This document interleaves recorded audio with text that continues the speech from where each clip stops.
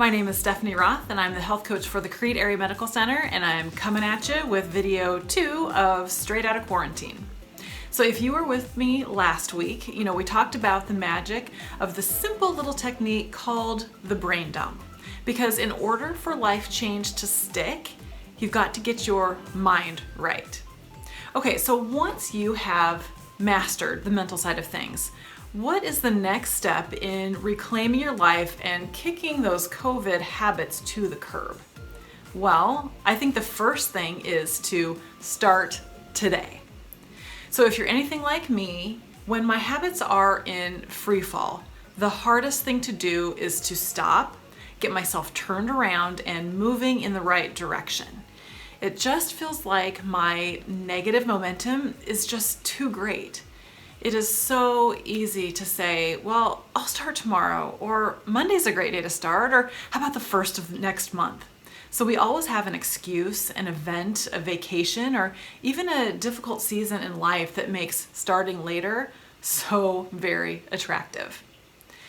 What if we made one small promise to ourselves and kept it, no matter what? Because really, aren't you tired of starting a plan or resolving to change only to mess up and quit a few days later? So author Rachel Hollis puts it this way: your subconscious mind knows that you yourself cannot be trusted after breaking so many plans and giving up on so many goals. When you really want something, you will find a way. When you don't really want something, well, you'll find an excuse. Is it just me, or does that really hit you in the gut? I am so sick of trying, but then quitting when things get tough. Sometimes I wonder, what would my life really look like if I just didn't stop? What about you? So what dreams and goals do you have that are 100% attainable if you just don't quit? So do you guys know Dave Ramsey? I love him. He's like a financial guy. But he says this: what to do isn't the problem, but doing it is. Most of us know what to do, but we just don't do it. He says, if I can control the guy in the mirror, then I can be both skinny and rich. So controlling the guy or girl in the mirror is a lot harder than it sounds. I'm a health coach, so I kind of feel like it's my job to be healthy and to kind of set a good example. However, sometimes things do not go as planned. A perfect example of this is the 2018 holiday season. So for whatever reason, my plant-based diet had gone by the wayside, and I had gotten sucked in to the holiday feeding frenzy. So that tricky time between Thanksgiving and Christmas when there's cookies and fudge and popcorn and parties and everyone is eating, and I was too. I was eating all the things. Well, let's just say that by the time New Year's Eve rolled around, I was not living my best life.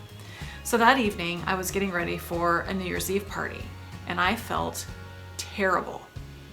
I poured myself into my biggest pair of skinny jeans and found a nice flowing shirt to kind of cover the sins of the past weeks. And I remember giving myself extra big hair, thinking that, well, maybe my body will look smaller, in comparison. I carefully applied my makeup because I wanted to hide behind the mask, or maybe just disguise my self-loathing and disgust. I did not want to go to that party at all. It would have been so much easier to plant my ample rear on the couch and watch New Year's Rockin' Eve with Ryan Seacrest alone. But I took a deep breath and then I waddled out the door. Luckily, when I got to the party, my best friend Food, well, heck, she was on full display. So I basically ate my feelings and I wished for midnight to come. About halfway through the night, I remember going to the bathroom and I caught a glimpse of myself in the mirror. I looked tired and puffy and just so very sad. How could I keep doing this to myself, I wondered. I left the bathroom and sat back down at the table, making sure that my flowing shirt hadn't gotten like lodged in a fat roll or something. You know, never in my life have I felt more uncomfortable in my own skin. In the middle of this 6-week-long feeding frenzy, I had lost myself. You know, I loved food, but sometimes I hated food and felt powerless in its presence. So for some reason, I pulled out my phone and I took a note. I guess I wanted to remember this horrid feeling and remind the Steph of 2019 to do things differently. And this is what I said. See the date? It's New Year's Eve, and I feel like a fat, ugly, awkward pile of crap. I want to remember that no amount of yummy food is worth this feeling. Please, Steph of 2019, never take a bite of crappy food. I'm telling you that you're wasting your life, and it's just not worth it. How awful. When I should have been celebrating the end of a successful year and looking forward to the next, I was like pleading with my future self instead. How on earth was I strong enough to get through the loss of my son, yet too weak to step away from the brownies? So right then and there, at 8:27 on New Year's Eve 2018, I made the decision to give up all sweets and all fried foods for 1 year. That sounds really crazy, right? Well, when I told my friends and family about this, they were like, "Are you certain this is even legal? Like we don't even know." But let me tell you this. Once I made the decision, it became easy and everything changed. It's like my brain finally understood to stop asking for the stupid Oreos because, honey, you're not getting any. The incessant arguing with myself over food, it ended. And gone were the mental conversations of, okay, like I know we just had the Doritos and the Pepsi like an hour ago, but when can we have more? In the end, I found a level of freedom and peace and control that I had never experienced before and I didn't know was possible. And yes, in case you're wondering, I did make it through the entire year without a bite of sweets or fried food. So the key to my success was making the decision, like with a capital D, and actually meaning it. It's the kind of decision that says, you know what? I don't care what happens. I don't care how difficult it is. I am doing this. So you guys, I'm telling you that when you get to that place in your mind, it just makes all the difference in the world. And that, my friends, is my challenge for you this week. I want you to make a decision about something that you will do or that you will not do, maybe for the first time in your life. Follow through.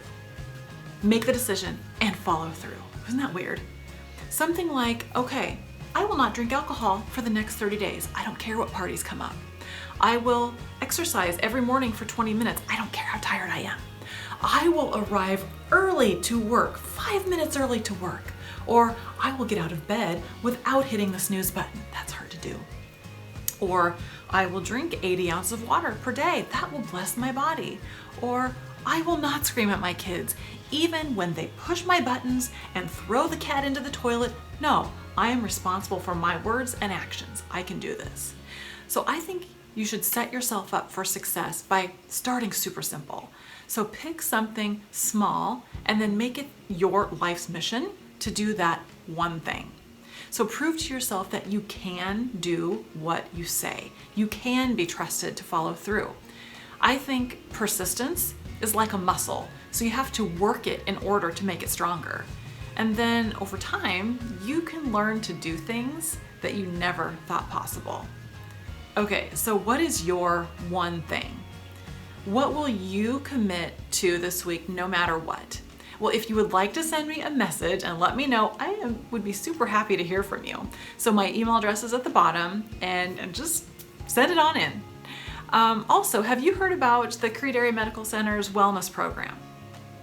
No, you haven't? Well, I feel like I've been shouting it from the rooftops and everybody's like, oh, what? Crete has a health coach? Yes, we do. So it is a 13-week program where people have fun, lose weight, and they reconnect to that amazing person looking back at them in the mirror. So click on the link below to find out more, and I hope you join me next week when we'll talk about the joy of exercise. Oh, honey, no, not the joy of extra fries. I said exercise.